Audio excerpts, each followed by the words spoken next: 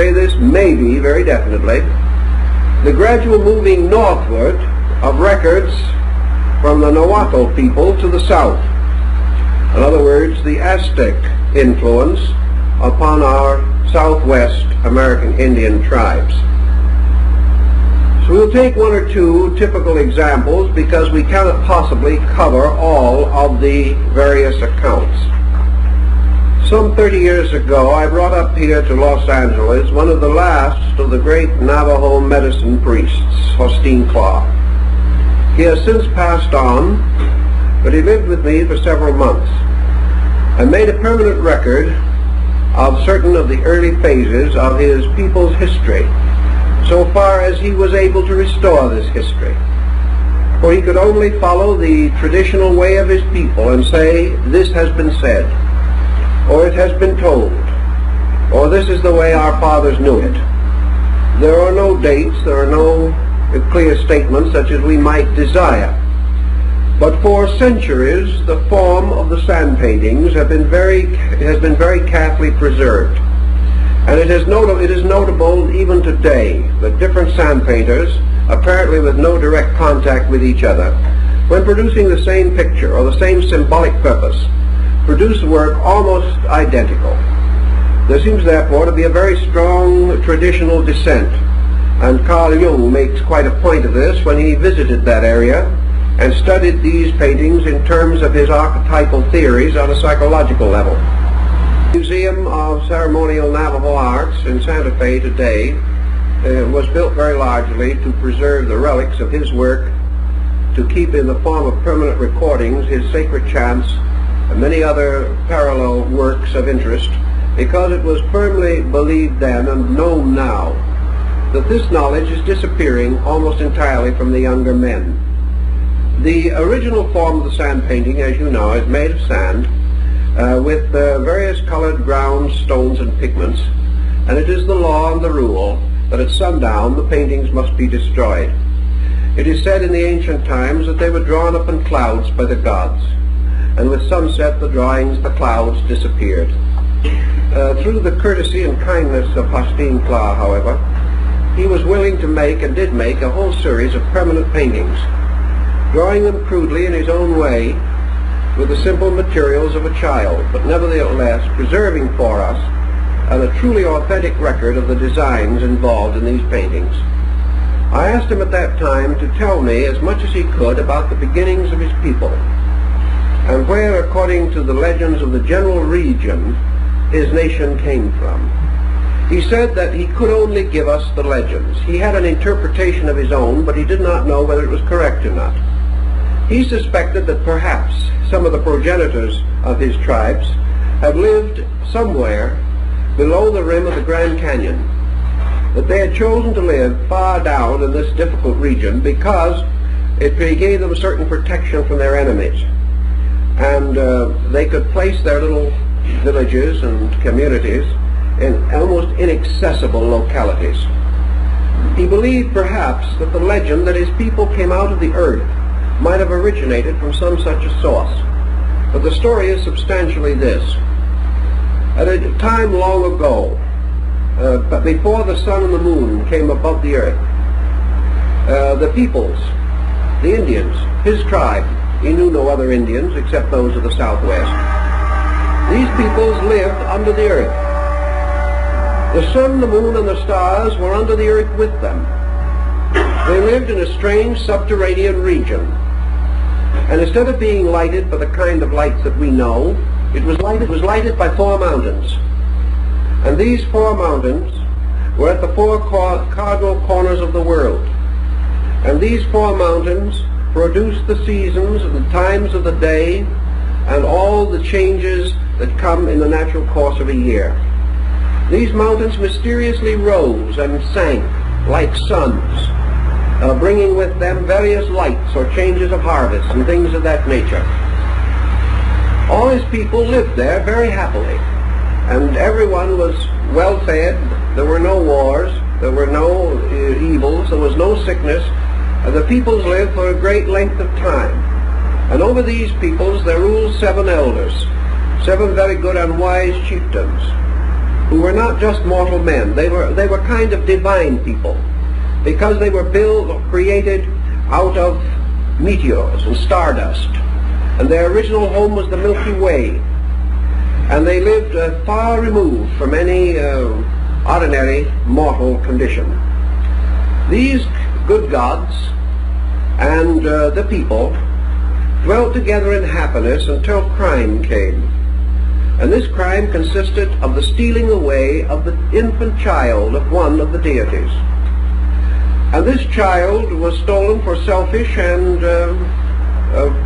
bad purposes. Why, how, what, no one seems to know. But anyway, the child was stolen. And as a result of that, the wrath of the gods returned against this people. And a great flood of water was sent into the underworld. And the lower parts of it first were covered with water, and then the water rose higher and higher and higher, until it threatened to drown all the peoples, because they were in this vast cave-like region, and above their heads was a dark wall of earth. And in this critical time, they observed something that was of great wonder, namely that this water that was endangering their lives made the grain to grow. And various types of grain, particularly a maize or corn-like grain, grew very rapidly and to tremendous size, almost like the fabled beanstalk of Jack in the old fairy tale. So the human beings, seeking to escape the deluge that was gradually flooding their land, took refuge upon the branches of these grain stalks. And as the water rose, the grain stalks grew also, until finally the grain stalks reached the very under surface of the bowl of the earth above them, the surface of the earth. And here is Horstein Claus' drawing of the adventurous circumstances of his people coming up on the grain stalks. Now here on the branches of the grain stalks are all the little pre-Indians, the ones who were just coming out of the subterranean world. Now you will notice that some of the Indians are square-headed and some of them are round-headed. This refers to the fact that they are either male or female. Square heads being male, as might have been supposed. Now with these creatures that climbed up on the grain stalks also came all kinds of animals and birds and everything else that had tried to escape from the underworld. Well, you can imagine that the traffic was rather heavy on the stalks, and space was at a premium, and it was not easy to get a reservation. So the story is that the wild turkey managed only to get on the lowest leaf of the stalk, and he was saved as a result, but his tail feathers dangled in the waters of the deluge, and the color was all washed out of them. Now such legends as this, of course, are very common among all Indian peoples. But here you have what might almost be termed the Navajo story of the preservation of man from the deluge. The story continues to have a happy ending, for when these grain stalks reached the inner surface of the earth, they continued to grow, and they sort of bored their way through the earth's surface. And they came out into the upper world. And all along the way we see these little peoples coming out of the earth where the holes were made for the grain stalks. And they came up with the grain. And they came out onto the surface of the earth, and they found a strange world they'd never known before. A world in which there was, at that time, no life as we know it. But they also received another surprise, for the great mountains, the 4 great mountains that had lighted the underworld, came up also, and became the great mountains that surround the general area of the Navajo reservations. One of these, of course, Flagstaff Mountain, was very sacred and especially important to them. The Katsinas, or deities, mostly lived in those mountains and still live there today, according to the rituals and the religious doctrines of these people. When the little Indians from the underworld came up to the surface, the waters seemed to subside. Some waters came up too, and there were fountains out of the earth which made the land fertile. And the waters from the underworld made it possible for them to create gardens and land on the surface world. The mountains gave place to the birth of the sun and moon, and the deities went back into the sky again. And they built campfires out of petrified wood and lit them with lightning flashes. They had really quite a dramatic story. But behind all of this was Haustin Klaas' simple belief that the beginning of his people was that they came from a land somewhere below, which had been destroyed by water as a result of sin. These things put together give us a rather interesting story. Now, while Haustin was with me, I showed him a number of old books and manuscripts. And one of these books captured his fancy. And he looked at it many, many times. And he studied it very deeply. And of course, in our way of thinking, he was entirely illiterate. He spoke no English whatsoever. He neither read nor wrote, actually. The only thing he could make was his sand paintings, and he probably could have made certain pictographs, which were common to his people, but he had no knowledge of languages as we know them. It was therefore only through the courtesy of a mutual friend, a young Indian by the name of Huskin Uswood, that we were able to get a close contact with his thinking. But after looking over a number of manuscripts and old symbols, books and things of that nature, Haustin Klaas lighted up and said, and pointed with his very large brown finger, he pointed at the Chaldean, Babylonian, and Phoenician remains, and he said, these our people knew about. He said, I do not know what they knew. I do not know how they found out.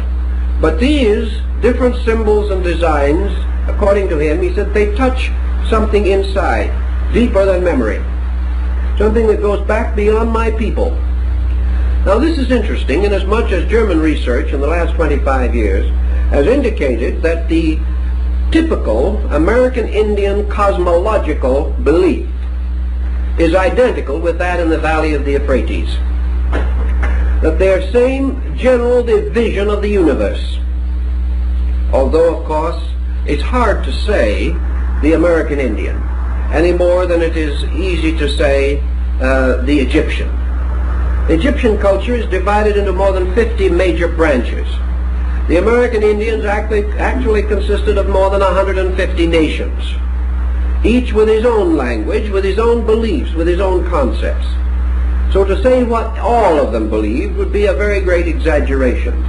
But it has been noted that there is a broad prevalence among these tribes, and Schoolcraft also points it out, and he is the greatest authority on the American Indians, that there are infinite numbers of parallels between the beliefs of these people and the beliefs of the Assyrians, Chaldeans, and Babylonians.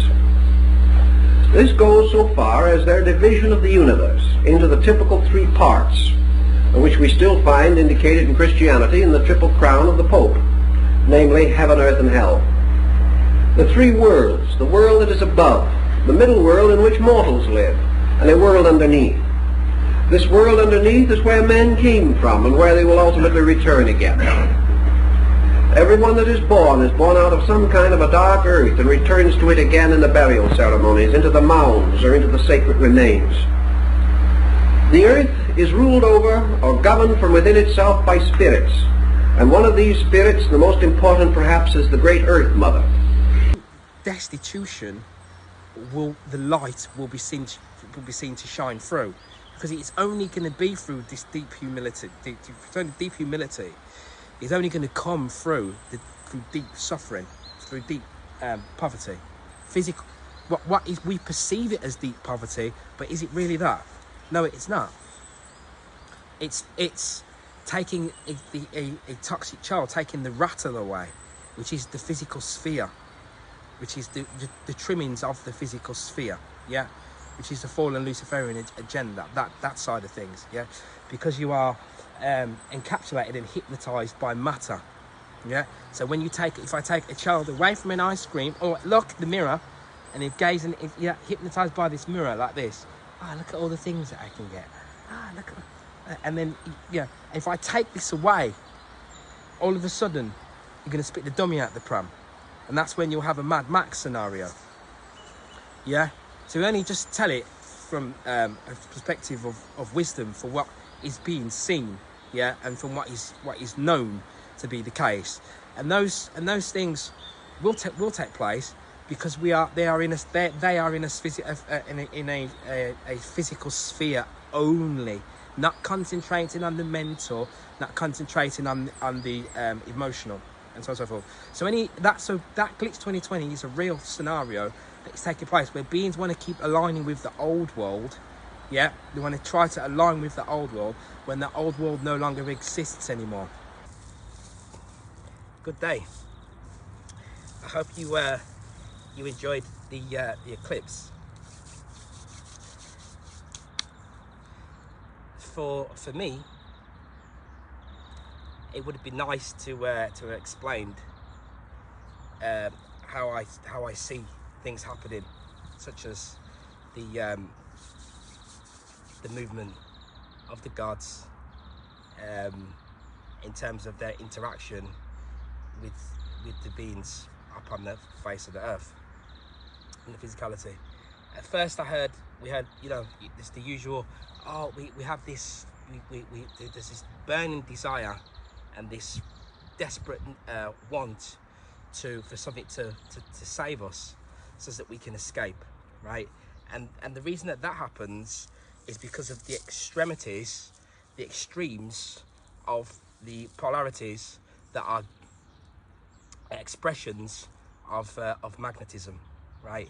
So my own discoveries are unique to me, and I have to put them out there.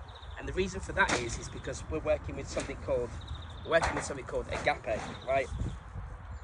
You know, this particular board is the old board, but it's going to fall down, so we'll put it down for a minute anyway. And there's something called a universal unconditional love, right? And that is born through wisdom, love, and chastity. And chastity comes in many different ways. So at the minute, you'll see there's a wheelbarrow here, and this wheelbarrow is old. It's old. Look how old it is. Look at it, some of these old wheels here. Old, right? Because the force, the polarity of magnetism that I'm working with is sending me back towards what is perceived to be an old way. If you were to see where I am now, I'll show you a picture of it. There are cars here that are ancient, probably worth some money, ancient old Volkswagens and stuff like that. And the one of them is the registration number plate is 911, and the other one goes, if I add the whole thing up, I'll take you back to 49. I'll show a clip of them, but I won't show the whole entirety of them because obviously there's data on there and stuff like that, isn't there? Right. So by doing so, that would be perceived when we remove the material, it automatically, the timeline, it perceives to us as though we're moving backwards, right? Now everything is deliberately in place as it's supposed to be. So I was brought up by an evil mother, an evil stepmother, for a duration, but even still, that evil stepmother provided me with lots of light, we're going to speak about this today, lots of intelligence and light, in terms of literature, grammar, all this sort of stuff, right? But at the same time, they're working with this darkness and this light at the same time, and that's always been something for me to think, well, why are beings like that? You get beings that perceive that they are racist and stuff like that, but then they've got friends who are not of the same skin colour as them. And you think, how did that happen? Why is that? That's what we're going to speak about here today. You can dream, and in your dreams, the beings that you interact with in the physical layer, right? Those beings that you interact with in the physicality, yeah, in the past, in what we call the past, yeah, when you dream, you can have, they can appear to you in those dreams, and how you affected them in the physical at that particular point in time, right, it can then play out in the actual dream. So how they are, how you affected them, what you haven't seen because time has sifted forward, you can then relive that, and you can then rewind it and go back to, not even go back to, go to where they are right now at this present moment and feel how they've, and that's what dreams will do. So everything is all interconnected as an interconnected web. If these things were taught to us, obviously we wouldn't be where we're at now. But it's supposed to be that way, because if it wasn't that way, then we would not be able to learn, and we would not be able to grow. So what we perceive as suffering, which you'll probably hear me mention many times now, is actually a force that gets transmuted, through the heart, gets transmuted through the ether, and it then goes and it is used elsewhere for the forces of growth and light. Every single thing that happens and takes place is for a good reason. It's based upon wisdom. Now, wisdom doesn't hang around with lots of people. Wisdom doesn't do that. I haven't even been online for a couple of months, and by doing so, I'm also being able to work upon this video and work upon and go into as a hermit and go into my own space, my own self, and to continue to grow, whilst there is no noise happening in the background. So when they encourage you to have friends and followers and this collectivism that they encourage, that brings in the evil, and you think what it does is it actually stunts and calcifies and coagulates, which we're going to have on the board here, right? It coagulates growth, coagulation. This is what happens. And this is how things have always been here. So when we have this massive push now, which is coming from this Luciferian polarity, it's coming from this and the polarities of magnetism, what I'm explaining here, right, which is what I'm going to say. What we know as God is the devil. The devil is your God. The devil is God. The devil is God. What we perceive deep down, it's like you can look at a child with Father Christmas. When they give you something and then they change that, instead of, as they grow, they change, this being changes, because of the juvenile, within each of these polarities, there are 9 layers deep, right? And it will keep and take you and take you and take you until it destroys you and takes you away from your path, right? So when an adult who bought into the narrative and bought into the story about this Father Christmas, they replace the Father Christmas, this Father Christmas figure now gets replaced. You'll have to excuse me because the sun is directly coming straight down on my head here, right? Father Christmas is replaced by material gifts, right? Now, Father Christmas, which we will see, is actually something called Mithra, but it's also an expression of Ahriman, which we're going to speak about here. These are impulse expressions of magnetism, right, at the extremities of these two poles. This is positive magnetism here, positive, and it's positive because he's giving you things. He's giving you things, right?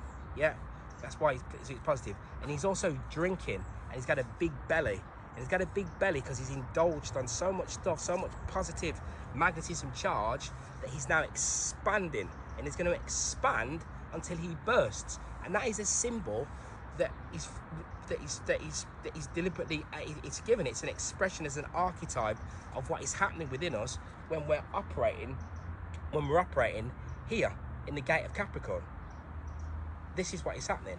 But at the same time, because of the paradox that we have entered in, and the paradox that we have entered in is coming through something on the earliest expression of this is Zervan. You would have seen me speaking about Ahriman and Mithras and all this sort of stuff over the years, right? So now it's for me to bring it into place, right? So magism is something that I express. It's something that I teach, actually. It's magism, right? And magism is connected to magi, which is connected to magnetism, yeah, and magic and everything else, yeah. And it's coming from these magicians, these early magicians. And these early magicians, yeah, let me just make sure this is not eating up. Yeah, these early magicians were the ones that were able to kind of enlighten, if you want to use the word, the beings that were here lost. So the video that I played at the very beginning, was explaining that. Yeah, was explaining that what happened, right? And that same story is what we have on this board here, these three here. Yeah, the heaven, hell. Well, they're all born of the eight, right? These three, and that's why you have a three, because it's showing you about these three stages, these three polarities of magnetism. That is what it's speaking about.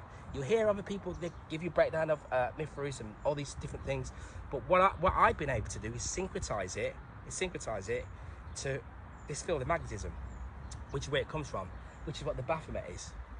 But so when we look at the Baphomet, again, when we look at the Father Christmas figure, now we have a figure that we can buy into, an external expression of a polarity that's operating within us. Yeah. And the same thing happens when they look at the Baphomet. The reason that they looked at it, I should have put on here, this border should have been something called dia, right? When you looked at it, yeah, and they look at it, they perceive it to be evil, yeah, because they're projecting the what is actually within the being itself, and that is born about through the ideologies and the indoctrination that has been impressed upon man here. This is what has happened. The other video that I put in was speaking about what's happening right now. So in the UK, like I say, the rate of mental illness is the highest in the world. Yeah, the poverty rate is ridiculous. And obviously I explained that I think it might be in 2021 or 2020. Right? It's easy for me to do that, right? Because one that works with divination, the Etruscans used to work with divination. The Romans used to go to the Etruscans for their divination. The Etruscans had their tombs. They built their tombs as though they were, for when they die, as though it was living, because they knew that they would enter into this potential limbo stage. They knew that would happen. They knew that they would enter into this phase where all their belongings and stuff, they would still be able to interact with them. But they also worked with the Saeculum, right? Saeculum. And the Saeculum, right, it breaks it up into years. I think it might have been 100-year cycles, right? But we have 10-year cycles. And what this video is about is what I have discovered is something you have something called a Mandela effect. But it's not actually a Mandela effect. What it is this. Every 10 years, which is dec, which means 10, in Proto-Indic, the root word of December, the root is dec, and dec means 10. And this is where we're at, right? So if we go back to the original workings, yeah, then December is the 10th month, which is why dec is 10, for that exact reason, right? So moving forward, we have the 10th month, but the Saeculum that the Etruscans worked with was born of divination. And what that enabled them to do was it enabled them to be able to read and work into the future, right? So someone like myself, I have an ability to, I have a psychic ability that enables me to be able to do that. In actual fact, I remember being able to, kind of putting stuff out, kind of warning people about things that are set to take place, and then what the beings would do, only a slight few, they try to come and challenge me on it, right? Instead of taking it on board and doing something with it, and using what's being said to do something about it. So it's like if you was in the UK or something at those years, and I was saying that, That's not me saying that to you because we're coming from some egotistical perspective, but that's how they are perceiving it, because they are not working from the center of their being, which is not enabling them to be able to see that somebody is actually doing that out of love. That's why, nothing else, right? So that's why I'm not on here constantly trying to do, I haven't made my channel, I haven't put the intent into making my channel massive, because I'm not here to do that. One of the other reasons is because I'm fully aware of how this is going to go down and what this is. And so what will happen is that people will break down. They have to break. It's not something that we can be, it's not like that. We're not here to be the best. We're not going to be the best and then, oh great, I came out with all this and everybody's following me and everyone's giving me money because I gave them this knowledge, and now look, everyone's giving me a pat on the back. It ain't going to go like that, because we are nowhere near that, right? We are in this Ahrimanic phase where if you listen to someone like Stein, who's going to go into with his anthroposophy about Ahriman and stuff like that, and he's going to tell you that there's an incarnation coming up for Ahriman. That is fact. That is true, right? Based upon my own knowledge, based upon what I know, I already work with these polarities and explain all this, speak about all that. I was talking years ago about this thing with this plasma. I was saying about the metal, right? So this God is a metal God. It's a metal God, right? And when you say a God, we're talking about a polarity here, a polarity of magnetism, and it interacts with the way that we are. So the word devil, which you're going to see here, is not the connotation of devil what we've been given. Like was going back to what I'm saying about Father Christmas, right? So they take this on as being, so it's Father Christmas. So then, oh no, Father Christmas is not real, but they start all these presents, right? As not all. So really, the archetype is still deeply engraved within. Yeah, it's the same with the devil, right? And we're going to go through this. We're going to go through this because I'm going to break it down to show exactly what the devil is. And the devil operates upon two ends of a pole. Like I always say, there's the two ends of the same pole, and that's what the devil is. And even in the name devil, we're going to see that, right? So, speaking about this Luciferic force, again, this blue force, it's a blue force.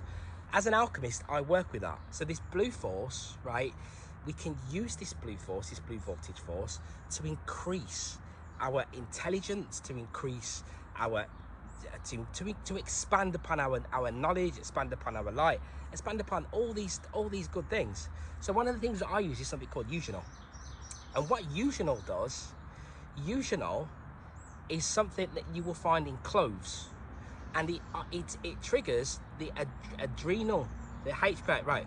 So it triggers, right, the pituitary adrenal axis, the hypothalamus, the hypothalamic, right, adrenal axis, which is what the zinc plasma does. What this does is it alters the voltage cations. It alters the voltage cations, right? And which then releases neurotransmitters in the brain that tell the brain that you are in this, that you're amazing. That you're amazing. That you're amazing. Right. Now, you cannot get that without illumination, without light, right? But that doesn't mean that now I've cracked it and that is the entirety of everything. But it does mean that I'm now able to harmonize my vessel, right, every single day, because it means that I'm able to use something. And if you mix it with psilocybin, see, these things, they have this negative charge, and a negative charge is connected to this intelligence. I'm showing you physically, right? This is the highest level, the highest levels of alchemy are going to work, is when it is employed with gnosis and used in the physical sphere, right? So you've got certain herbs, like I say, so with the clove, you'll see it has this ridiculously, and all these things work together. So it has this mega anti-inflammatory workings, and many other things to do with closing off this positive force. So that's why I'm saying, like Steiner's, his work's similar to mine. Well, I'm always here giving you the same work. So it's my work, so I'm always here giving it, right? That individual's work is unique to them. So when I was saying about the plasma, I was saying all of the metals and everything else years ago, they were giving off these extra low ELFs, these extra light, low frequency fields, right? These magnetic fields, yeah. Now, before I go into playing that video, I will just play this video, and it's actually my daughter. It's only very, very brief, and I was saying that I was running an alchemical experiment upon my daughter. I was saying this, right? Now, she's able to pick out and tell you things. You may have a child that can do this. I'm not just saying it's my child, right? You see, I have to say those type of things, right? Because I know the level of work that needs to be done out here, right? We're all in it, right? And because we've fed her with light, right? And the plasma that was given to her mother through the plasma fields that I capture, the magnetic fields that are incoming through the sun, which is the same sun which I'm going to explain, which is creating this cyclical alterations, which means that the reality change, it dies off and then starts again every 10 years, and we're going to explain that now. But I'll show you this, because she's able to, you call it an Akashic record. She's able to tune in as though she's already here. She can tell you things that a 2-year-old shouldn't know. She just already knows about them, right? So I'm going to show that to you right now. All right, who's that? Christ.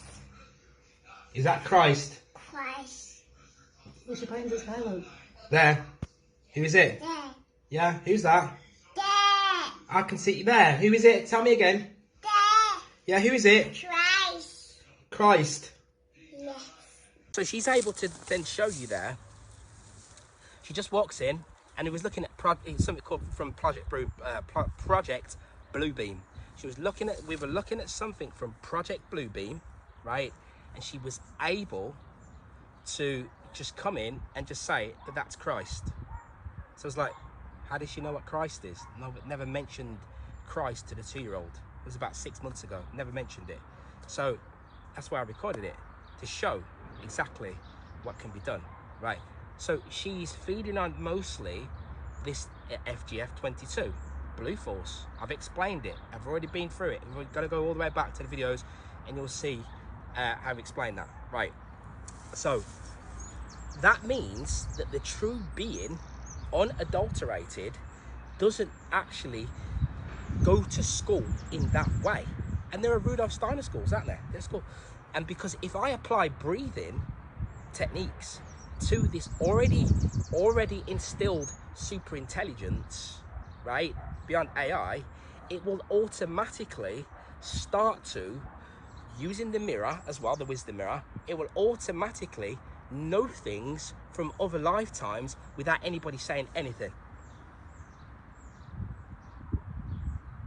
That then speeds up our collective growth as where we are as beings.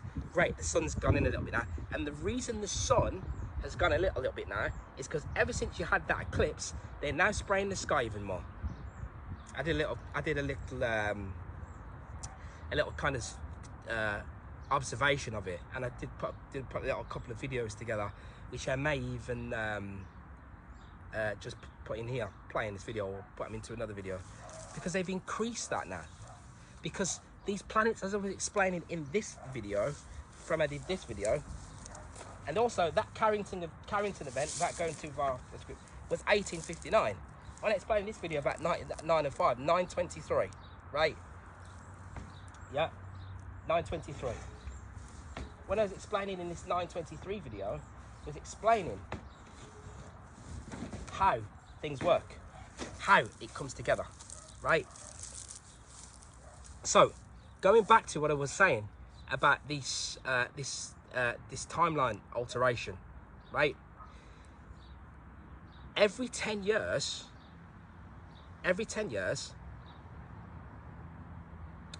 the reality changes. This is the reason why, if you go back to into that, but they know this, and this is why we're saying with the planets, and we were talking about in this last video, they alter. The planets don't work for us. They, in actual fact, more likely work against us. And the 12 archons, the 12 and the 7, the 12 and the 7, yeah, are connected to the 1, the 3, and the 7. They're all operating on a spirit octave. These constellations of planets, they have spirits that work upon here. You could call archons, right? They work attached within your vessel. They are designed to become the master of your destiny, right? And the only way that you have to become the master of your destiny by following the path of Mithra. Mithra turns the wheel. It's turning. In some occult workings, you call it. There's a bear as well. There's a spoke sits in the center of the spoke, right?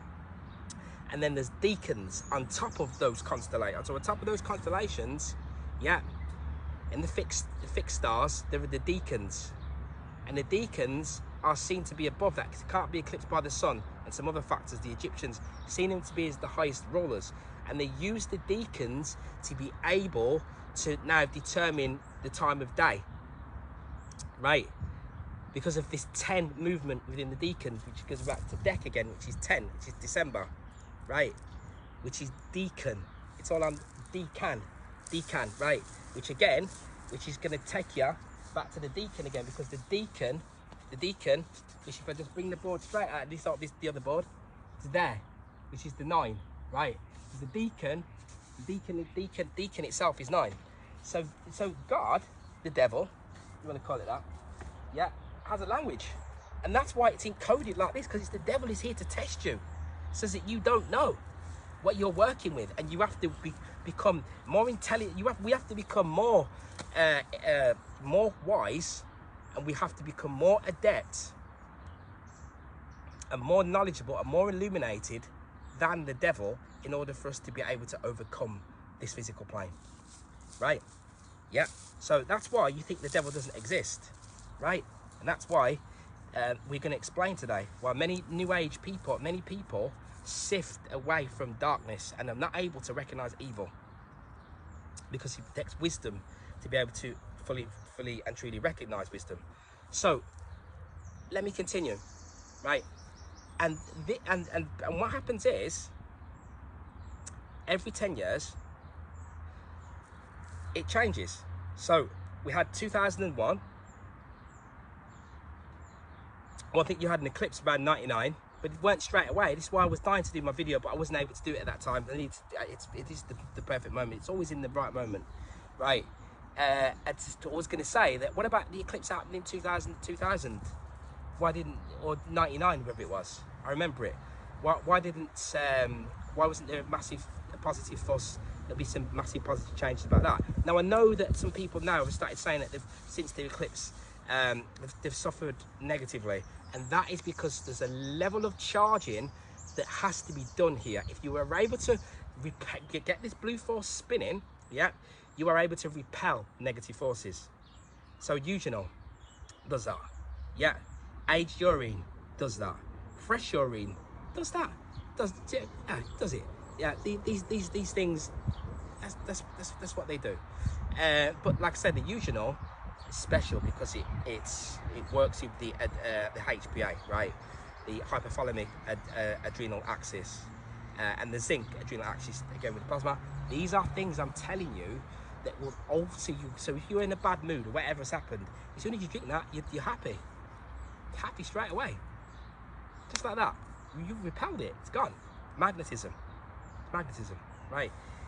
So it's not Mandela effect. The reality changes because there's something called an aeon, the cyclical aeon, and I'll put it on the board. What aeon to show you? It's the man with the serpent, the cyclical serpent wrapped around his body, and he has the lion's head, which is the fire. And then what happens is Mithra turns into the aeon in order to be able to break through the 7 spheres into the 8th celestial sphere, which is the fiery sphere, right? Outside of these archons, outside of these gods, Yeah, so imagine if there are, which there are, there's seven planes of reality that are happening here, simultaneously operating, just like in your dreams, you go to them. So in your dreams, you interact with different people in different realities, whether you realise that or not. And so, if you were to go out of this plane into one of the other 7 planes, they would still. And if I took the Aeon figure to them, they would go, yeah, they know this figure. They say, yeah, they know it. Just like at the start of the video, when Manly P. Hall was explaining that the beings that these humans, they lived under the ground, right? They didn't live on the surface, they lived on the underworld. My other board, a little while ago, maybe 2 years ago now, I was explaining about the underworld being that this is the hell and the underworld is the more heavenly plane. So, because everything's paradoxical, right? And there was that key with the 4. There's the four, right? And then the 4, with those 4, there's a 5th in the center, which is the earth diver, which is the devil. Why is the devil? You can't see the devil. No, the devil operates in the ether. Where do you operate? Does that mean that makes us lower than the devil? Does it not? Yeah. And if you laugh at the devil, oh, the devil, that's because they're so clever that they can make you think, because of this Luciferian light, that you're awake now, and now you're holier than thou, and now you think you know, but you don't really know yet, but you think you know. And what it's doing is, what it wants to do is it wants to take you away from the physical plane, which is going to give you gnosis, because the gateway of gnosis is here, which is the gate of Capricorn. This is where the suffering is at, right?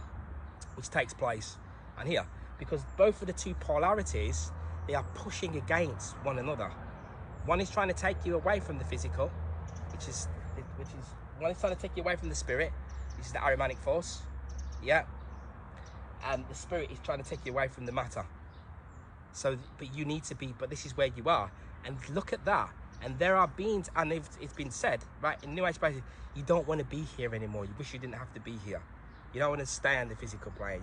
That's what that is. It's Helios, helium. That's right. The word helium, the word helium is hell, which is Helios, which is to take you up, yeah. Which, when by taking you up, is also taking you away from what you are. Because if you get too charged here, which I can show it to you, if I go and get the purple plasma, it's luciferic. That purple plasma is highly luciferic. So what it can do is, if I give you enough of it, it depends upon your energy signature, right? I did it with my partner, and she'd be like, oh, this was in England in the lockdown, right? And we went to something called Sainsbury's. I'm going to show you a document from Sainsbury's showing you how they are perceiving what they want for you in the future. It's a prison that they're instilling. It's a Sainsbury's document, right? And it tells you in there. And anyway, right, and when I say it tells you in there, I'm not joking. If I show it to you, which I'm going to show it, hopefully if I remember scattering them in things to show, it tells you in there how they are going to be like dictating what you eat using technology that goes into your brain, which tells you what you should be eating, right? Because it's luciferic, right? Yeah. So these are how these things come together, right?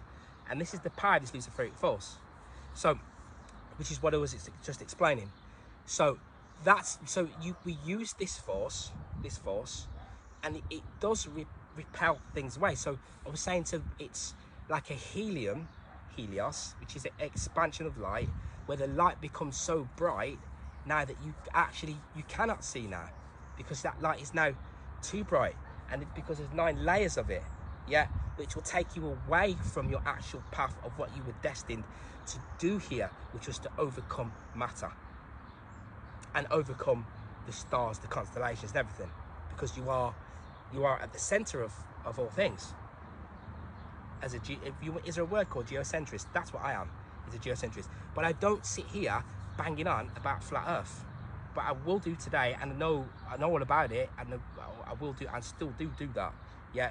But there are some seriously metaphysical things that are beyond that right now, that you need to know, that we need to know and be able to master. Because when they don't, they master us. So like, when a being is heavily dense in this aromatic force, they don't look up. So they're being manipulated from the sky now, right? So there are field forces that are incoming from the sun, yeah? And that's why now they've increased. It's not just, oh, they're trying to put beryllium in the air. They can poison you anyway. They don't need to poison you to that extent because you do it yourself as well. But they are blocking out the light of the sun. Right, so I was going back to what I'm saying, right, is that every 10 years, so in 2001, yeah, they know this, so that's why they had that event in 2001, to bring about, this is their movie, when I did that movie mirror, which now I've seen on YouTube, there are like big channels that do, I'm telling you about this mirror, right, about this movie mirror. It's a spiritual concept, it's real. It's a real thing, right? Especially now it's coming out more. There are even people now, right now, I've noticed this week, talking about the devil right now as well, Satan and Lucifer and stuff like that now, right? Because we're intertwined. So then you had 2010 to 2012, right? There was a big push then about this GMO foods and stuff like that, right? And then in 2012, we thought the world was going to end, right? And then you had 2020, which is just seen. What happened? So they know that the reality changes. This cyclical aeon kills off out with the old and in with the new.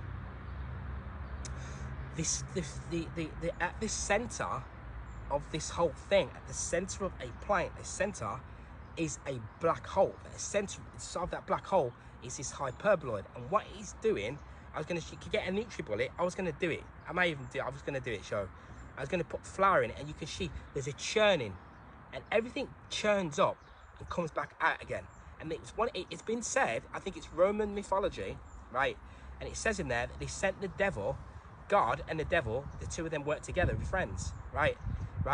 And they sent God sent, because the God was idle. He sent the devil because the devil is active. The devil is active. Everything I teach, I don't change nothing because it's the truth. So it's all, my videos are like a sequence. They go from one to the other. So if you just first was watching this now, then you go all the way back to the beginning, and you'll see that it all marries up, right?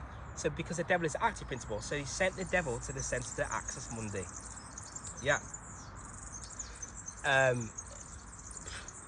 What do you say? To set at the center pole, because die is 9, which is the devil, which is the active principle, which is the highest active principle, which is 9.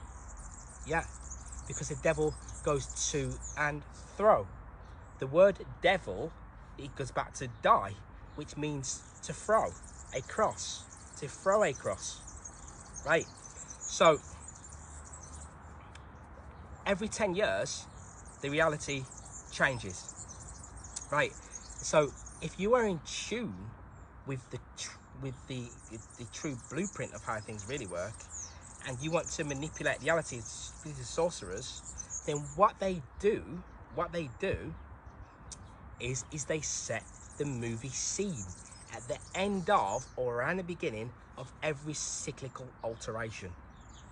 Yeah, and that is the reason why now ourselves, that's why we have millennials and we have Gen Z and all this and all these different generations, silent generation, all these generations, right?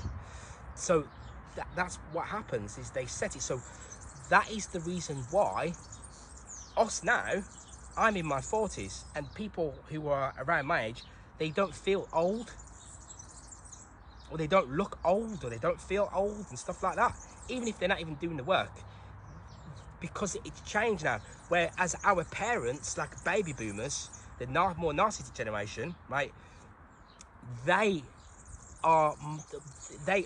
aged. They were, when I was in school, the people that were in the last year of school about to leave, we were scared of these people, scared of these guys, man. Because the reason we were scared of these guys is because they were like grown men. They were like big grown men, and they they were more evil than we were. They were evil, right? And the teachers were still at that stage. Were hitting people still a little bit. They were, and it changed when I got there. And I noticed, and I was wondering, and I always said, why are the guys that are coming up younger than us? And people, anyone that watches videos that will know me from, they know I say these things. They know that. Yeah, I was the class clown. Yeah, because the reason being is, I know that it was a joke. So anyway, right, I noticed that the guys that were coming up younger than us, they were softer and they were weaker than we were. And I used to look at them and think, if you would have these guys would have stood no chance compared to these guys that had left. So this is when we've come in at a time where everything's accelerating rapidly. But we perceive that, oh, well, that must mean that this is the time now and something's going to happen for us and we're the special ones. We're the start of we are some special ones, yeah. But it's only just happening. It's not this is it. This isn't just this is it and that is it. We're going into this technological Ahrimanic, this Ahrimanic feel, which has already been in place. It's already been in place heavily, right? But it's coming towards its peak, right? But at the same time, we have this mega Luciferic force incoming as well. The Luciferic doctrine, right? And that is this New Age stuff. And that is also what we've been dealing with as well. You haven't realised, but we've been Luciferic. We're Luciferic. We've been Luciferic, yeah? A lot of the knowledge and stuff we've been intaking is all very Luciferic as well. All this, oh, I want to go up to this planet and this, that's what that is. That's what that is, yeah? So anyway, so that brings me around to, I'm going to play this video now. Quite a lengthy one, but you need to see it because it's going to give you, and I'm going to explain it afterwards, it's going to give you the physical feel and you'll be able to see exactly what I mean about how they alter this timeline in conjunction with the expression of magnetism, this expression of this Ahrimanic force that wants them to do that they're working with. And this here is coming from the Olympics. Now this Olympics, I think I did it as well. I broke it down. A lot of truthers broke it down. They broke down the part with the 2020 and what happened with what happened in 2020 and all the rest of it with the needle craft. That's in there, and the reason that's in there because it's giving you a timeline. It's showing you. So the bit that they didn't put out there is the bit that I've discovered here that I'm gonna show now, right? And yeah, I'll show that, and I may show the other one as well. So you see there, what actually happened. So you got this massive industrial revolution that they call it, but really, and then you have this, and I'll play another video in a minute actually, to do with this. You have this, and they call it the feminism. You've seen the women coming in with the suffragettes. So you've seen them there, they were in the fields, just like how I'm sat here now with the maypole, yeah, Beltane, and everyone was peaceful, it was free. And you remember the ritual they had the royalty and everything there at this 2012 Olympics. So remember, I've just said to you that the reality changes around that 2010. Every 10 years, it changes itself. Every decade, right? It changes, right? So if you see that, you've seen it, it's there, right? So they changed it, and then the rings they have at the Olympics have these 5 rings. A ring itself, it said, it comes from Mithra, right? Because when the sun eclipses the moon, you get this ring. And then salute as well also comes from Mithra. It's supposed to be like this, holding your eyes from the sun. Now Mithra is not the sun, Helios is the sun, and there's symbols of Mithra and the back crowning Helios as the sun. But Mithra is more like the black sun, the black sun that's behind, that's governing all of this. And that's why you have the bull slain scene with Mithra. And you've got the royal arch of Masons is the ecliptic. It's ecliptic. So obviously you've got the constellations running the ecliptic, right? And then you also have this skull and bones, but with the cross, which is at 23 degrees, which is the point where the celestial equator meets the ecliptic at 23 degrees. The Earth, they tell you the Earth is because that's what they do, right? Because like I tell you about Father Christmas, when you buy into it, this is it, right? They tell you the Earth is tilted at 23 degrees. Doesn't make any sense, right? But the 23 is key. That's why they tell you that. So what you just seen there was how we moved from a more of a luciferic. We moved from a luciferic expression of magnetism, a way of being, because it's affecting everything. It's a part of everything, right? And then we moved towards a more Ahrimanic, active fire principle, and that's why they have the fire coming down on them. Because what happens is that fire, that heat, yeah, when we don't know how to work with it and recognize it for what it is, it eats us. So that's what man has when we have the ejaculation, right? Or when man and women we have sex.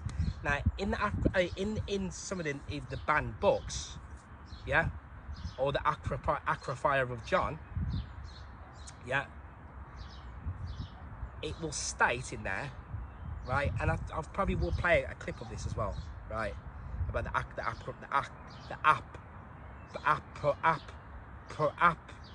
apocrypha, yeah, apocrypha, right?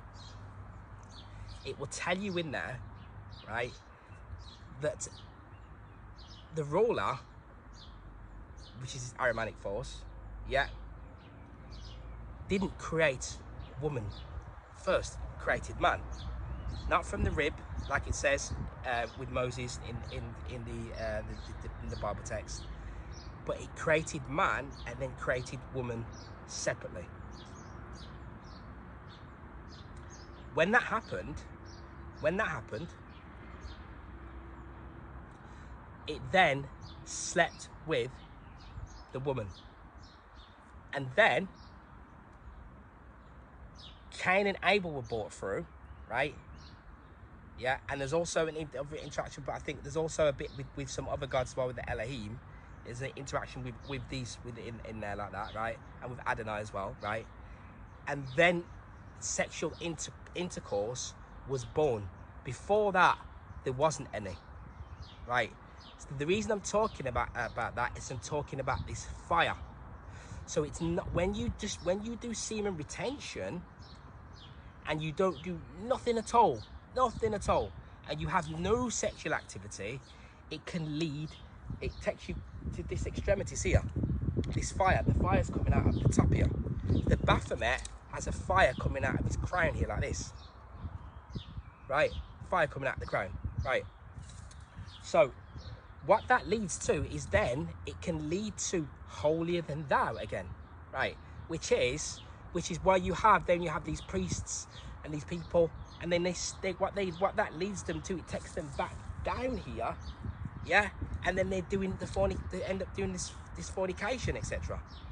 Because you are supposed to ignite the fire and then become commander of the flame. Once that is done and it is mastered, which takes a long time to do, because the reason it takes a long time to do is because even when you drop one drop of semen, the nervous system, the flames kick up the spine. When you activate, this is what happens. It doesn't happen to the other beings because they're in coagulation. Yeah, that's why with the Baphomet, which I'm just going to do it anyway, which is why you've got coagula and solve. Solve, because which is where we solve things here. With this, when this blue force is in active play, now we can solve things. The blue force removes these diseases and stuff like that. This is what it does. It solves many things. When we can access the astral, in that modality, we can solve many things in the physical sphere through this intuition, with intelligence, yeah, with logic involved. Now we can access our psychic abilities when everything is all working in conjunction with one another, right? So you see, so the woman is a very powerful force, yeah, that was brought in and then was manipulated. not by man, but by God, by this entity, this force, yeah, which they call this demiurge force. But again, it has polarities to it. But then again, this is how it is. There isn't, the God of the Bible is an evil entity, right, which is an expression of the devil, right? But they call it a God. So how do you know how mashed up people's minds are, messed up they are, when they think that they think that's God, when really it's an expression of the devil on its darkest side, right, which is governing this physical reality, which is how it is, and it's governing the physical reality, like in that way, because we have more light than it. It breathed its light into us, and because of that, it had us drink the waters of forgetfulness, so that the majority of beings are dumb.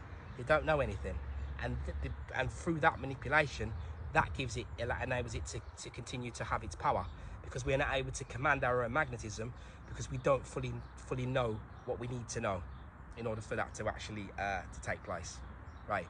So as you've seen there, you know, imagine there's thousands of people watching that. Didn't one of them realize what was going on? They're showing you how you were adulterated, and you were put into the mode of suffering.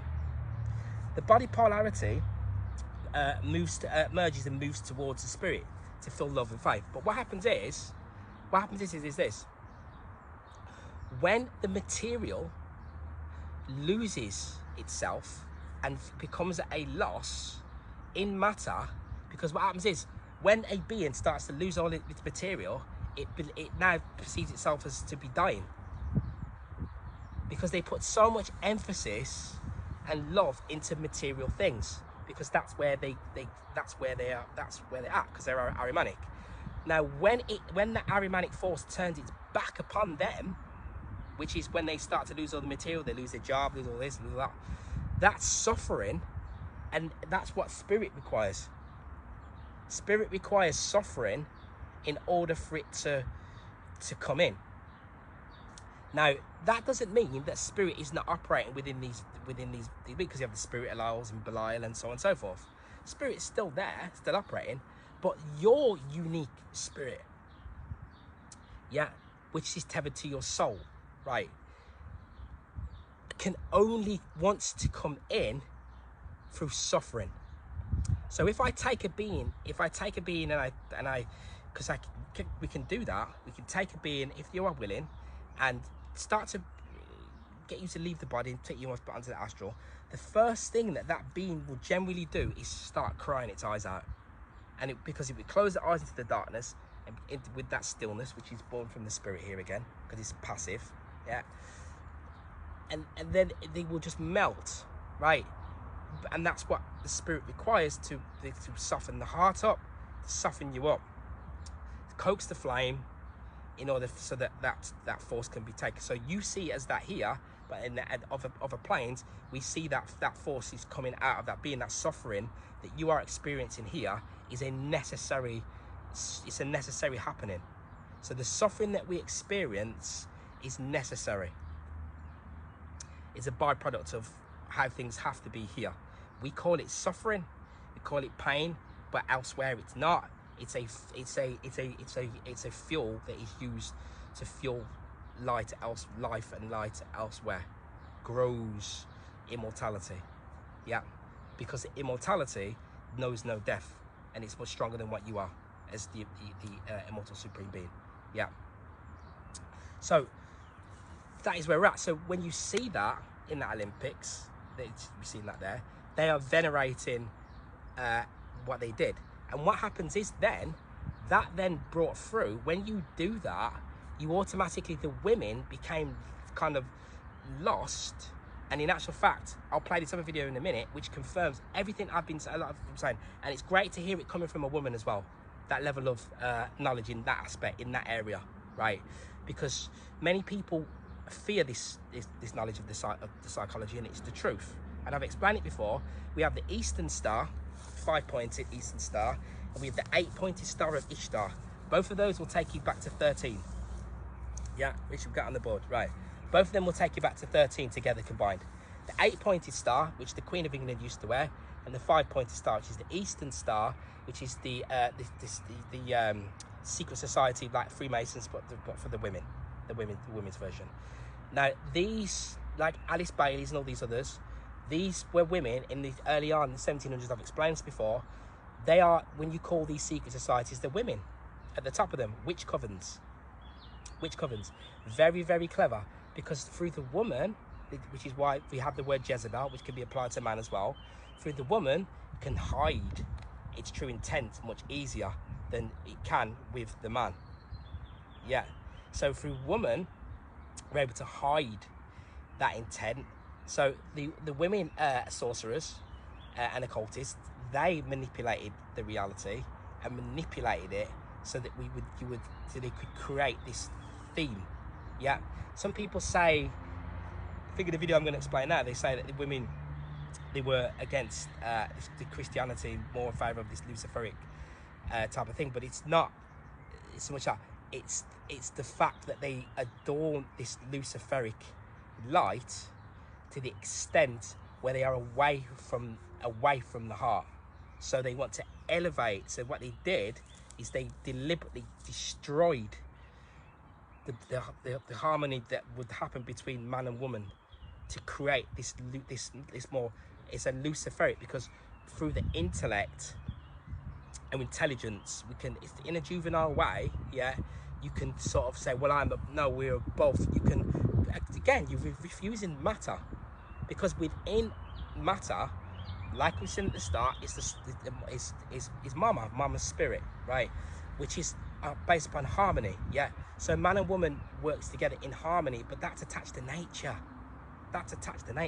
So this is how clever it is. So the Luciferians have been able to manipulate that and alter it so that what happens is woman now fights against man, and fights, by doing so, is fights against her own natural nature, in order so that they can then weaken the woman and weaken the man, so that we're in conflict with one another. And it's a very, very, that piece of sorcery, yeah, can only come through a deep knowing of the psyche of human beings, because they knew and knows that it was already happening prior, because what happens is this: when we fall here, they say when the earth diver fell, this is why we call it the devil, it created this splitting, the way that magnetism works here, the splitting polarities. And that's why they say man, the knowledge of the tree of good and evil, and it was in there. And he even says, the Shakespeare play says, when I wake to dream again, something like that, right? Yeah. So they're telling you in there that you are living within their dream, yeah, based upon this light that they have taken on board, they've brought in, but in an imbalanced fashion, which has led them to perceive themselves to be way above you, right? And then that sorcery carries its way through. So now this is why you have woman who wants to play mother to man. That doesn't mean that man should shy away from dealing with woman, right? But this is what they have done. It's not a natural progression in nature. No, it's not natural. Something that people go, oh, but it's supposed to be like, it isn't supposed to be like that. It's not supposed to be the case that a man is supposed to, this guy now, he's supposed to be 6 foot tall, he's supposed to have all these big muscles, and he's supposed to be able to provide everything, he's supposed to have loads of money, he's supposed to have this, and he's supposed to be a high value man. It's demonic. That all of that is evil. It's evil expressions that is destroying humanity, and that is what they've done. So I was going to play that clip, and we'll carry on. Kind of descriptively illustrate for us this struggle, where you see the women saying, they'll go around the table, or they'll do like an open mic on the street thing and ask all the women, do you need men? And they all say no. They're like, no, I don't need a man. What do I need a man for? I don't need men.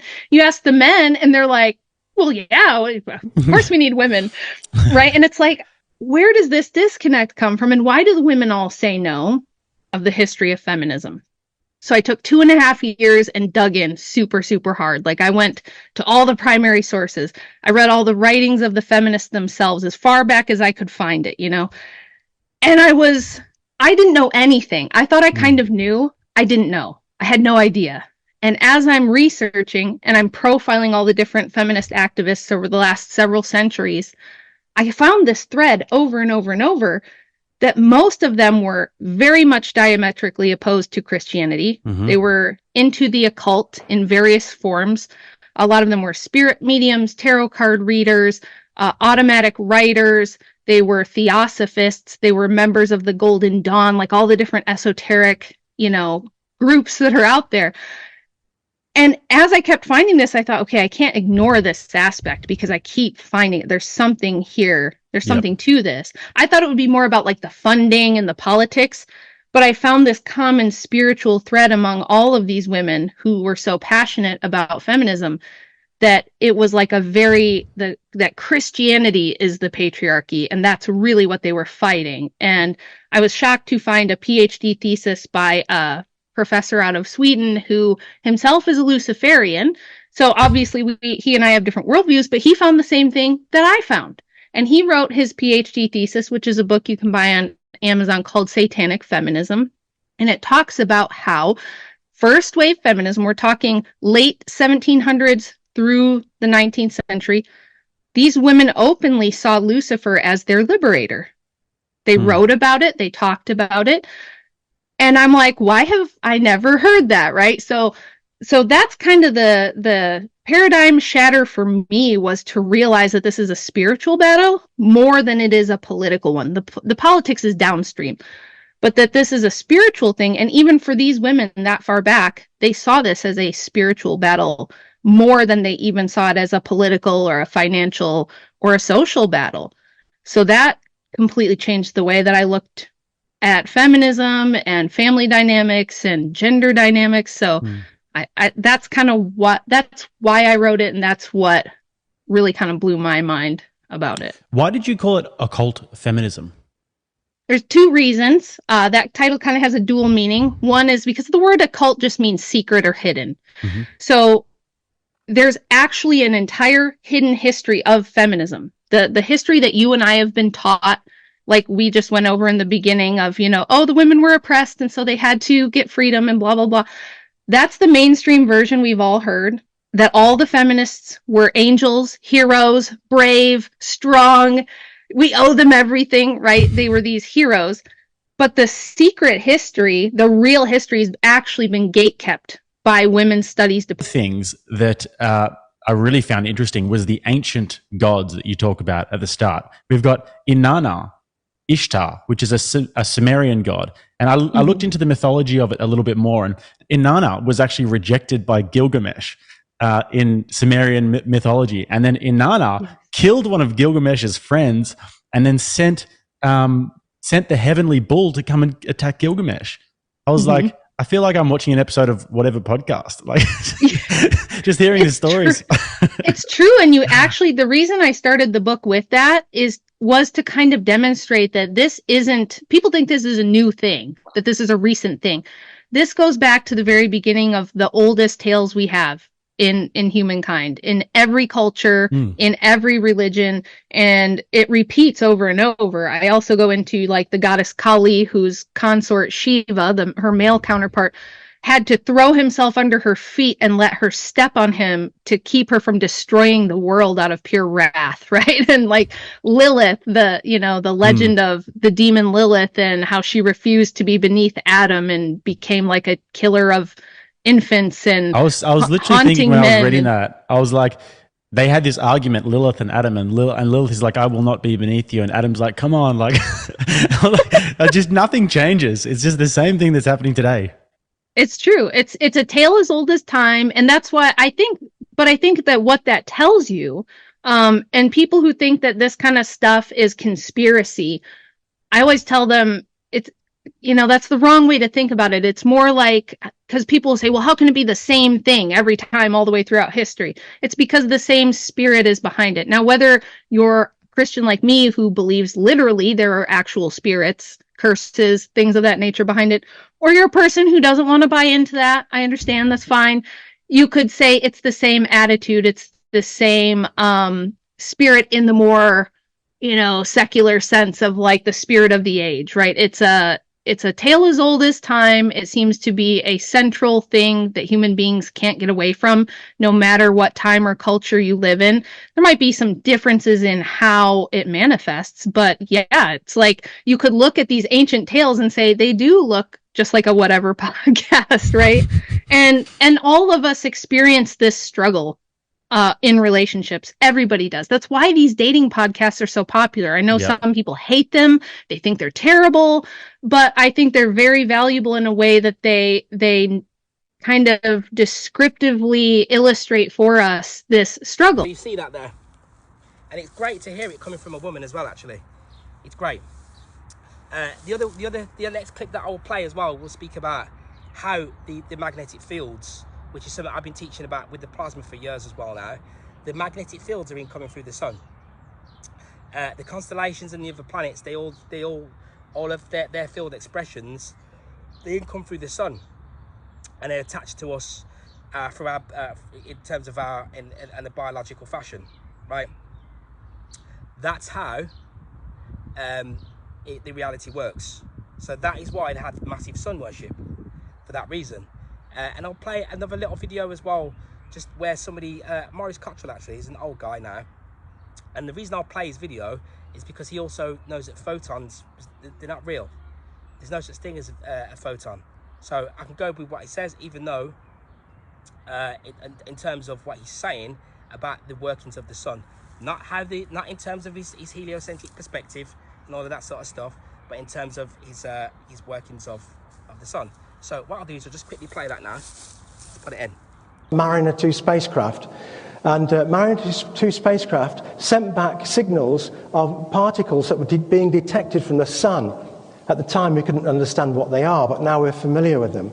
And the sun, it seemed, was spinning and sprinkling out particles towards the Earth. Positive particles for 7 days, negative particles for 7 days, positive particles for about 4, and then we get some mixture here of both. And then another sector of particles. Now these particles, the positive charges are the nuclei of the hydrogen atom as we get nuclear fusion in the sun. The negative particles are electrons that are smashed off the atom. And we now know they travel to Earth and they get caught up in these Van Allen belts. Now I've put together this model of the sun. And I don't know if you can see that. Can you see that sphere? That's better. Put it there.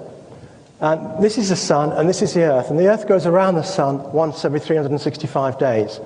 We now know that the sun has 4 bubbles of magnetic field around its equator. 1, 2, 3, 4. And it has a north pole and a south pole. Every 11 years, the north pole changes polarity. The top becomes minus, the bottom becomes positive. Now, in the next 3 or 4 minutes, you're going to get slightly confused. And you say, what's this guy talking about? This is out of my area of activity. I need to go through this process just for a few minutes, and then you'll understand why I want to confuse you for a few minutes. So let me make it quite clear.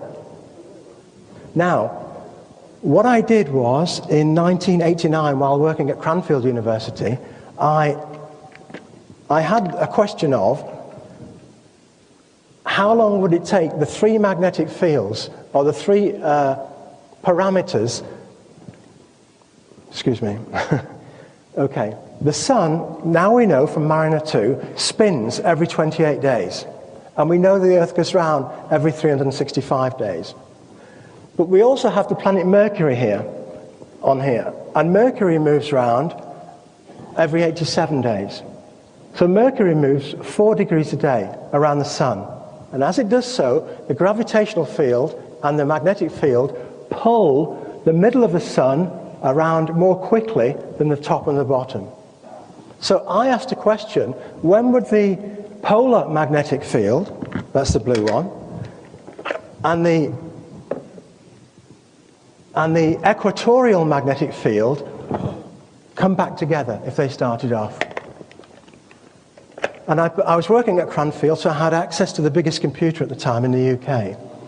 And I wanted to know when these 3 variables would all be back together, because that would be a cycle of magnetic activity. Now, I knew that this one, the North Pole, rotates every 37 days. If you're on the Earth, because the Earth has moved during that 37 days, it takes longer. It's 40 days altogether. The equator goes around once every 26 days. But if you're on the Earth, it takes 2 days longer to line up 28 days.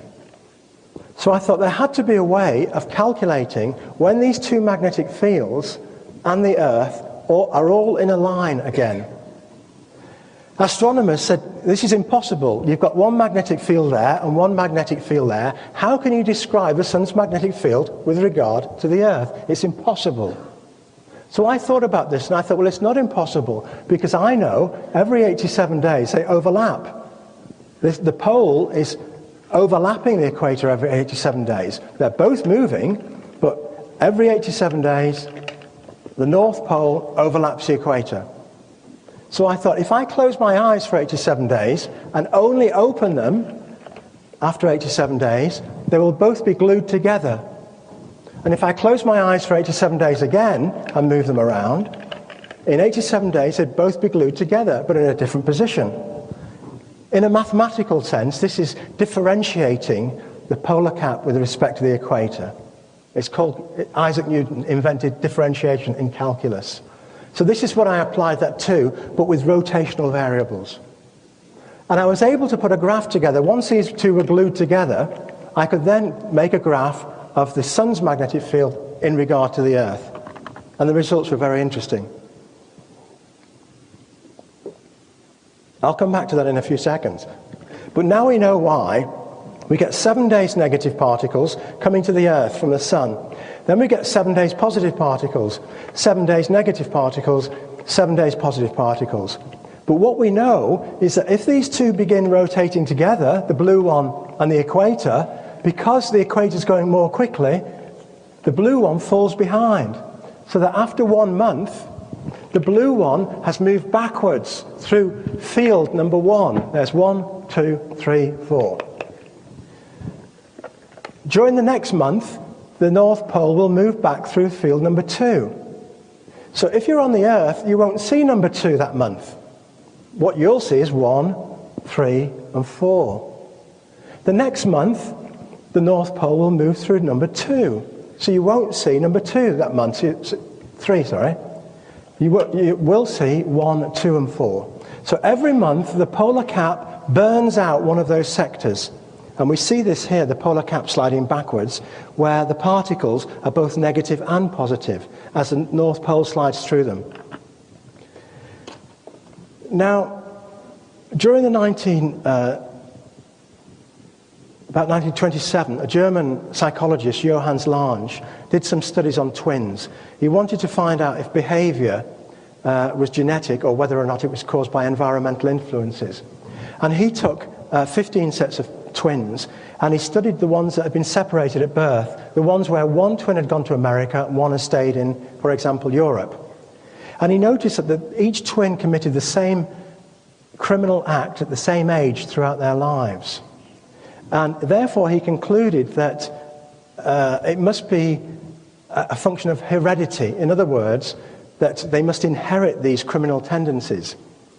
Now, he was almost right, but he was a victim of his own research. Because if we look at the siblings here of the twins, these are the sets of twins, the Ostag twins, the Lauterbeck twins, the Ryder twins, and so on, and the brothers. We have Alan, for example, A, and Kay, for example, Kevin, that at the age of 23, one committed fraud and embezzlement, and Kevin, for him, it was at the age of 26. But the parents had no criminal records, and the brothers and sisters, one had a record, but none had, but he had epileptic fits. When we analyse the data, what we find is we would expect the brothers and sisters to have a criminal tendency, just like their twin brothers and sisters, with a ratio of 1 to 4. But this doesn't happen here. So although Lange was correct, it was genetic, it wasn't necessarily down to heredity. It didn't necessarily come from the parents. In other words, if we had a deck of cards from the parents, the cards could be shuffled up after the parents had released the sperm and the ovum. That's when the cards deck was shuffled, and that's when the personality was created.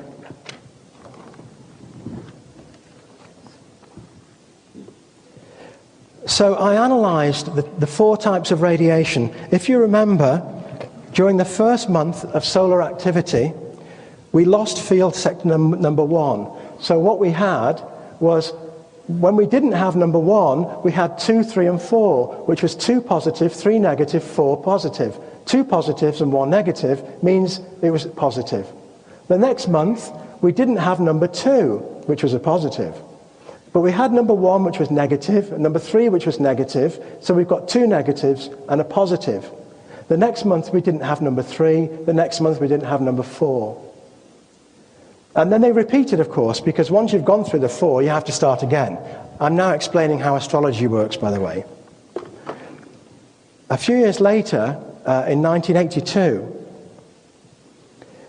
a Professor Ian Nicholson in England discovered that when the particles leave the Van Allen belts, when the solar particles impinge upon the Van Allen belts, the particles go up and down from North Pole to South Pole every 1 second, and the magnetic field on the Earth varies, it modulates. And just after that, in 1989, Dr. Ross Adey, who was President Reagan's medical advisor, discovered that, a team at the Naval Institute at Bethesda, Maryland, discovered that magnetic fields in the overhead lights were causing genetic mutations in their test tubes. So here we have a mechanism whereby particles leave the sun. There's 4 types of radiation. Every month we get number 1, number 2, number 3, number 4. 4 different types of radiation. Those particles travel to Earth. The magnetic field on the Earth changes to either a number 1, either a number 2, or number 3, or number 4. When the sperm enters the egg, the magnetic fields from the Van Allen belts shake up the genes in the egg as it's developing. And what we have then, because we've got 4 types of genes, we have 4 types of personality. For example, fire, Aries, Taurus, Gemini, and Cancer. And then, of course, the sun gets back to where it started, and it repeats. With we have another fire sign, Leo, followed by Virgo, followed by... Yeah, so you see there, it's a good example. And the thing is, there is independent study that's gone into that as well. So they've been able to pick up what they call as particles that are coming in from the sun. We already know, as explained, magnetic fields have a massive, major effect upon our biology, and so on and so forth. So what we have is the cycles of the sun. We have the 11 cycle, yeah, I call it. We have the red square, and blue circle, which is the 11 cycle and the 22 cycle, right, of the sun. And when that happens, it changes. So it flips. Now I know that with magnetism, right, and the master of field theory, Ken Wheeler, will tell you that you see with the magnetic field, in magnetism, there is no set polarity of just here and just there. The polarity operates within it throughout the whole of it. So that's giving you your paradox. This is why you have such a. This is the expression of the paradoxical nature of this reality. Yeah, it's because polarity isn't fixed and located in one place. It's continuous, right?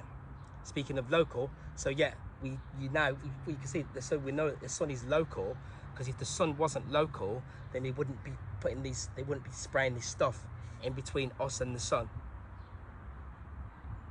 Yeah, so they do that because it's local, and because it's local, and because it alters the reality. It scares them.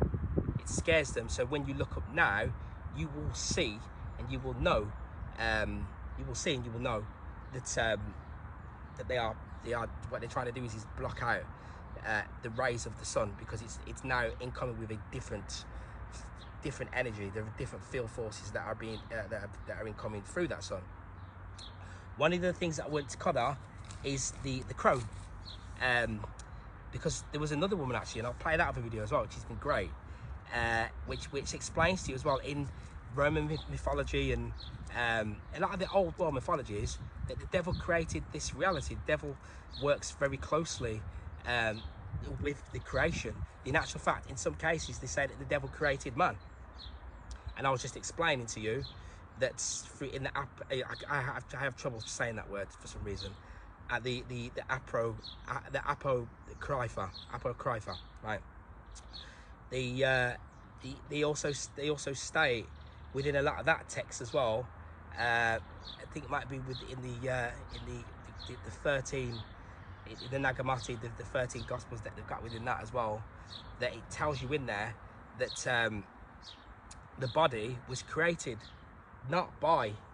it's created by this force, this evil force. It's created by it. Now you can't say, oh, I don't quite think that this magnetism, so I'll just drink some hydrogen water. I don't quite think that this magnetism, that this demiurge stuff and all that sort of stuff is real, etc. Because you can see it. No. You've been able to see, if you go all the way through history, like you see in that video that I played, what is the force, what makes them, you've seen it, when you could see it played in that Olympics, what is it that makes them beings go from being in that happy field to becoming, they're possessed. Look at them like this. It's showing you that they're possessed. Something is moving them around like this. Like characters, they're not, that's what happened. That's what happened, because they became detached from their soul, which was attached to their nature, and they were even became attached from the Luciferic polarity, and they were just buried deep within this Ahrimanic force. And they say this Ahrimanic principle, which is like Antichrist, is going to come back around 2026. I say 2025, things are going to start really heating up. Nothing's going to end in 2024. The world's not going to end in 2024. Will the world end? Will there be a reset after that? 1859, which is 923, was the last time that something took place. Something definitely happened in the 1800s. If you look closely enough, you will see all these things that I'm telling you. So last Saturday, they had an event after that eclipse, didn't they? Wasn't positive, nope, because you're in the season of sacrifice. So it's not going to be positive, because they are orchestrating their movie. Only when you can accept that you were wrong can we now begin to move. And I've been writing this in posts on Facebook for ages. People just they see it, but they don't see it properly because not at that level yet. Only when you can accept that you were wrong is the only way that we can move forward from this. Yeah, because they're relying on the fact that you cannot do that in order to continue to do what they do. Because when you are given knowledge in this Luciferic aspect, we perceive that we are now knowing everything that we know, when in reality we are just operating in one particular sphere of being. That is what we're doing. And because we've not been in that sphere of knowing, we have not had it explained to us that it's a polarity of magnetism that we are entering in when we are entering into the field of knowing stuff, knowing things, learning about spirituality and your alchemy and all sorts of stuff. And when that is not conducted correctly, we will just end up buying into the sorcery that has been given to us and perceiving that we are growing because we are learning about these things on a computer screen, on a Facebook or on a this or on a that. And we think that because we know all these people on Facebook that are also in that same boat, that now means that we are getting somewhere, and it doesn't, right? It just doesn't work that way, right? Because in your physical reality, you will still be suffering, right? But yet you are posting about rocks and stones and stuff and Tartaria and all these different bits and pieces, but you don't understand the magnetism that is dictating your vessel and being. You don't recognize how the planets and the constellations are also doing that, and you also don't know what it is that you are doing here, what you are supposed to be doing here. So what that will lead me to do then is I'll play this other little video just to reconfirm a little bit more about what I'm saying about how the in terms of when we're speaking about Mithra and so on and so forth. The Earth, thereby changing the zodiacal age, right? And overpowering the Lord of Time, namely Zorvan or Kronos. That's the central teaching of Mithraism, is how to overcome the power of time and death and not be subject to fate. Because, you know, the Greeks and pretty much all other ancient people saw the movement of the stars as as visible fate, basically, as a testimony to the fact that we have no free will and our lives are governed by these, you know, merciless and unchanging celestial forces.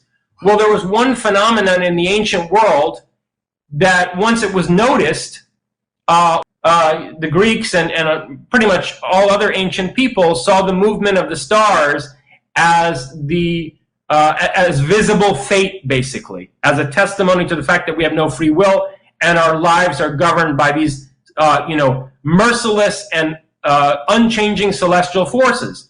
Well, there was one phenomenon in the ancient world that once it was noticed was an exception to that celestial regularity, and that's the precession of the equinoxes. So these people got it into their heads that Mithra is responsible for the precession of the equinoxes, and what that is Mithra shifting the axis of the world as a basically testimony to the fact that we can have power over the Lord of time, who's responsible for the movement, the regular movement of the planets and the stars. So as you can see, this is what you see. So if you've got, say, Zervan, and it's going to be the same elsewhere as well. In actual fact, I've got it on the board here, which we'll look at, the Daikenga. It's called a Daikenga, right? So we'll do that board in a moment as well. It's called a Daikenga, right? Which you'll see. I'm sat right in front of it at the minute, so you can't see it properly. So the figure, the Zervan, right, which goes all the way back. These are the gatekeepers of the Matrix. They are the gatekeepers of the Matrix. Now, Zervan is the one that brings forth these two polarities, and also then brings forth everything else as the grand architect, the constellations, and everything else to do with this place, right? And there's something called an armor-levy sphere, right? Now, the armor-levy sphere, you'll see Hermes with it. You'll see a lot of these ancients and stuff. You know, serious people, serious beings, magicians, using the armor-levy sphere. Now, the armor-levy sphere could only really work on in a geocentric model. But then they changed it. See how clever they are. And then they put a little ball in the middle to make you think that it's a globe in the middle. But it doesn't really work on a heliocentric model. It works. And this armor-levy sphere, it was one of the ways that we could work out, dictate when the sun's going to rise, everything else, time and all sorts, right? So we know exactly what's happening where we are in this space, in the universe, through this armor-levy sphere, right? So Zervan, you'll see, he stands on top of an armor-levy sphere because it's letting you know, and Aeon does it as well. I think even Mithril, you can see there's an armor-levy sphere in there somewhere. And it's letting you know that this architect that created all of this, right? And when he initially did this, he did it through his feminine aspect. So all the Gnosticism and everything else is all born from this. So it's true, right? In his feminine aspect, he brought forth this whole reality that we're within now. But he also gave birth to these two twins, and I think you can even find this in Mayan cosmology. I've seen it as well. These two twins and these two primordial twins in a lot of the mythologies around the world. Yeah. So that's this dualistic concept, but it's talking about magnetism. I am yet to see anybody that will tell you that, right? I know. Aphias Levi will mention the magnetism agent stuff to do with the Baphomet, and also the Baphomet is an expression of Zervan. Yeah, the Baphomet is an expression of everything I've been explaining today. It's not what I'm explaining today. It's an expression of the suffering and the struggle and the strife that you are going through and that you go through here, right?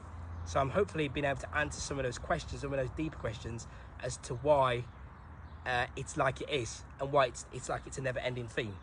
It's not going to end just like that, yeah, because these two forces are working at two ends of two extremities, right? One wants to take you down deeper into matter, back down into the earth, so that you can be recycled. Because when everything gets recycled back from that center point, this dielectric force, the loss of this dielectric force creates this magnetism, right? So it's going to pull you back in and spit you back out again. Yeah, back out again, back into the earth again. This is where you get your reincarnation. And that reincarnation takes place in the cancer gate, the gate of cancer, right? Now, a lot of this knowledge would have been known.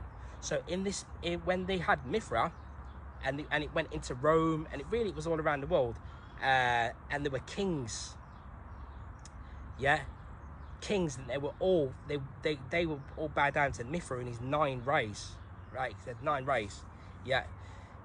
They all known, and the army and all the rest of it, it's why in the armillary sphere, the army, yeah, and they gave these guys that were in the army, these were initiates. So they did the 7th grade initiation, because the 7 planets that govern the rulers, right? Yeah, and one of those grades is the grade of the soldier, and there was the raven, and so on and so forth. A raven is a very intelligent bird. That then, because of the way things work here, we go from one polarity to the other. So it was then perceived to be like a horrible, nasty thing, when really it was an intelligent thing in the past. But they became initiates of this flame, because it would mean that because when we have Superman, or he has a cape as well, right? So it would mean that they would now be able to defeat other armies, etc., because they would have the knowledge and the truth, which is that the simulation is not real. It's orchestrated by Zervan in order for something for you to be able to master and overcome. Yeah. So we'll just play one more slight little clip. Slight wobble in the Earth's rotation on its axis. But from the ancient geocentric perspective, what would the precession have looked like? If we know it to be a movement of the Earth, but they held the Earth immovable and fixed, what must the precession have looked like mathematically? The sky was moving. In fact, the precession of the equinoxes could only be understood as a movement of the entire universe. Hipparchus discovered that the entire cosmos was moving in a way that nobody had ever known before. Now, this discovery of Hipparchus's was made at a time when astrology, the astrological worldview, was absolutely pervasive throughout Mediterranean culture.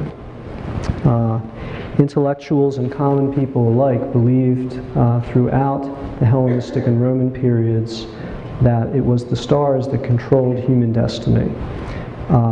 Everything on Earth was determined by the movements of the heavenly bodies. In addition, it was believed at that time that what happens to the human soul after death is that it rises up through the planetary spheres to the realm of the fixed stars. And it had come to be believed around the time of Hipparchus that this journey of the soul after death up into the heavens was a dangerous and difficult journey, that there were obstacles to be conquered, passwords needed to be known at each stage, and we even have texts that describe the fact that the different levels are locked, and we need to have the keys to open those locks. It appears that the lion-headed god with the zodiac on his body, standing on the cosmic sphere, holding the key, represents that being who holds the keys to unlock the heavenly gates through which the soul must ascend after death.